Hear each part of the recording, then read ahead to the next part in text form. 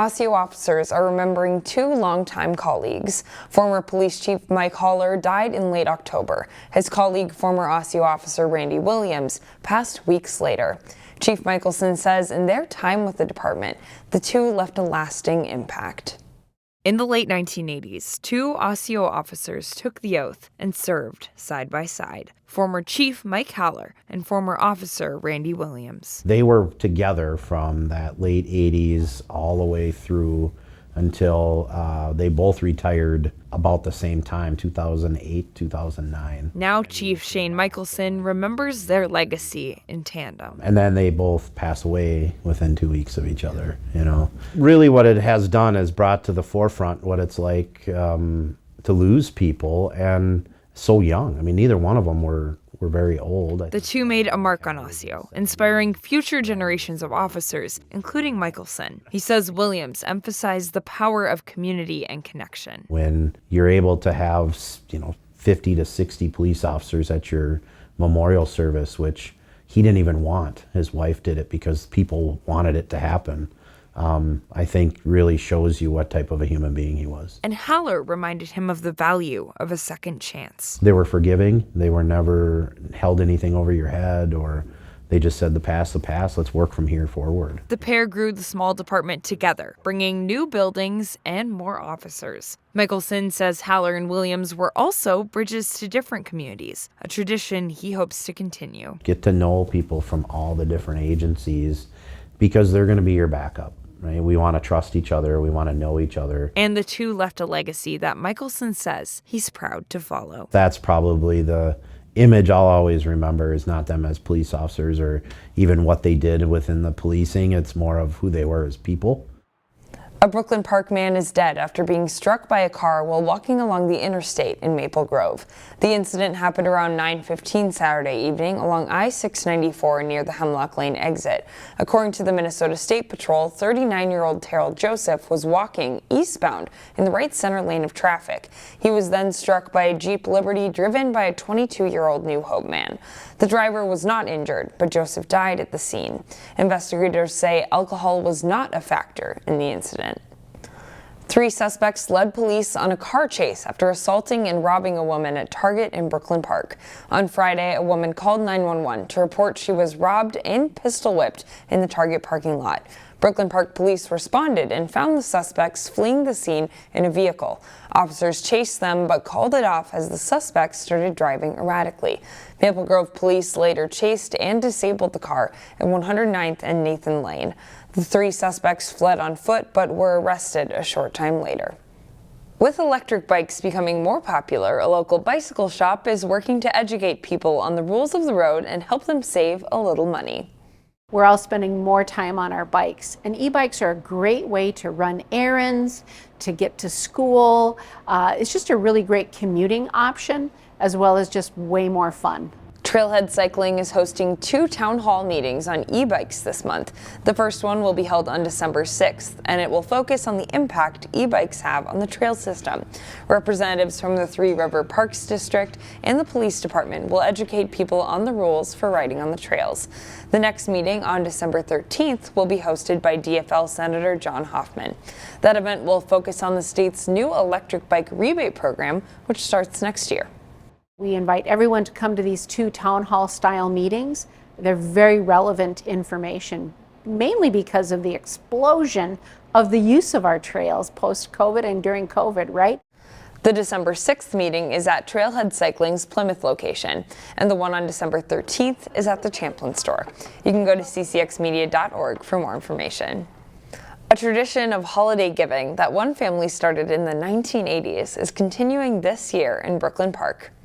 There's still so many kids that can use toys, both for them and for the parents. The parents shouldn't have to struggle of whether to put food on the table or to be able to give their kids some toys during the holidays.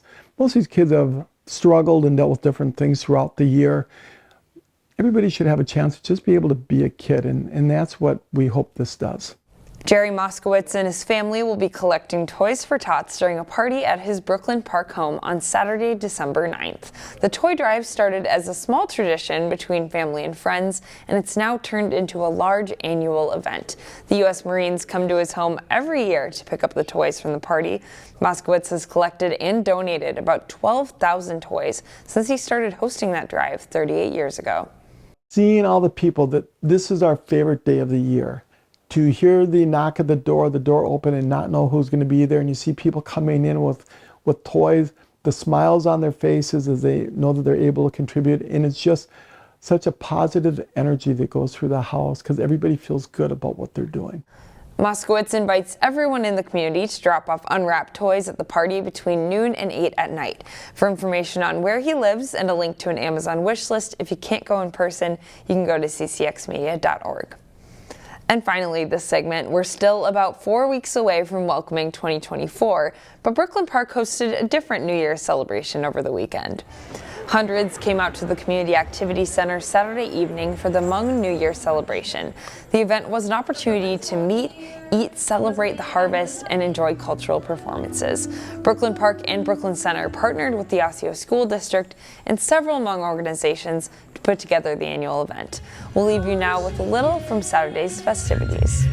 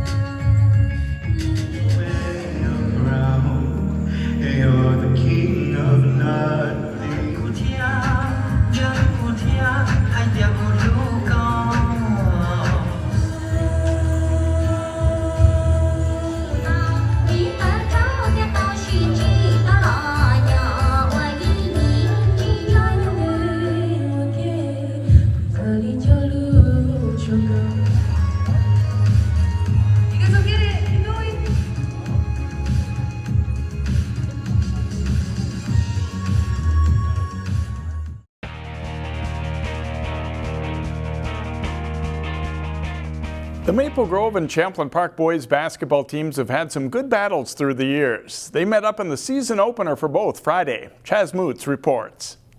Maple Grove finished 21-7 last year, Champlain Park 10-16 a season ago. Early in this win, Crimson forced a turnover. Keegan Harney scoops it up, goes coast to coast, all the way in for a layup.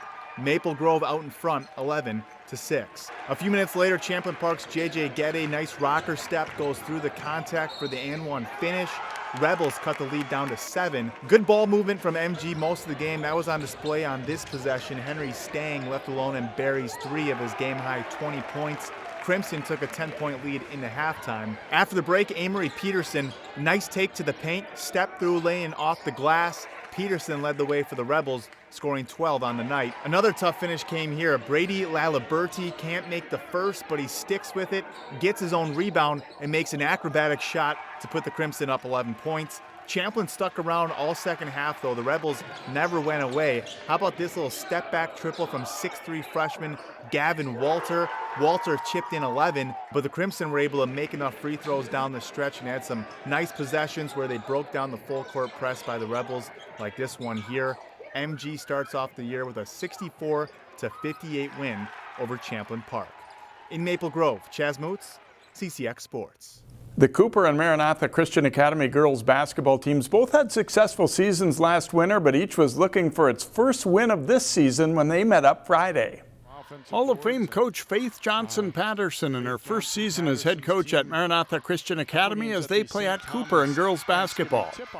It's all Cooper early. Zoe Simmons pops a 3 from the right wing as the Hawks jump out to an early 15-3 lead, 11 for Simmons. Maranatha battles back. They throw over the press to Janiyah Wright for the short shot to pull the Mustangs within 7. Wright leads MCA with 19 points.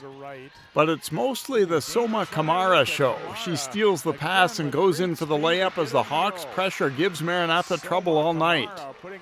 Then Kamara pops a 3 from the top of the key. She has 22 in the first half and 32 for the night for Cooper. Ebony Rich's team leads 45-23 at the half. And they never let MCA back in it. Amaya Rolfer drives for 2 of her 9 points to begin the second half. Naima Montgomery in transition drops the pass to Jordan Cook. Cook and Montgomery also have 9 each as Cooper gets its first win of the season, 72-41 over Maranatha. Park Center girls basketball has a new head coach this year, and Tyler Coley. John Jacobson has highlights from the Pirates' second home game of the season. The Pirates at home to take on non-conference opponent St. Louis Park. Julia Diggs with a nice dribble drive to the basket for the Pirates and step-in move to lay in 2 early points for Park Center. Then it's Diggs and the Pirates in transition. She sets up Tiana Lloyd for 2 more points down low. Park Center leads by 6. Nice breakout here by the Orioles. Kaya Hegdo passes ahead to Amara Schroeder and then to Ruby Massey for 2 of her 11 first-half points. Park Center, though, leads 30-29 at halftime. Second half, the pass back to the trailer Atlantis Brown, and the Pirates senior guard hits the 3. It's 41-40 Park Center. Anaya Shafa drives to the basket for Park Center and draws the foul. It's a close one most of the way. But the Orioles begin to pull away in the game's final 6 minutes. Evelyn Schmitz had a huge second half. She pulls up and drains a 3 here to put Park up by 9. The Orioles senior netted 22 points after halftime. St. Louis Park goes on to beat Park Center 76-65 Orioles the final. In Brooklyn Park, John Jacobson, CCX Sports. Find more prep sports games and highlights at ccxmedia.org and follow us on social media.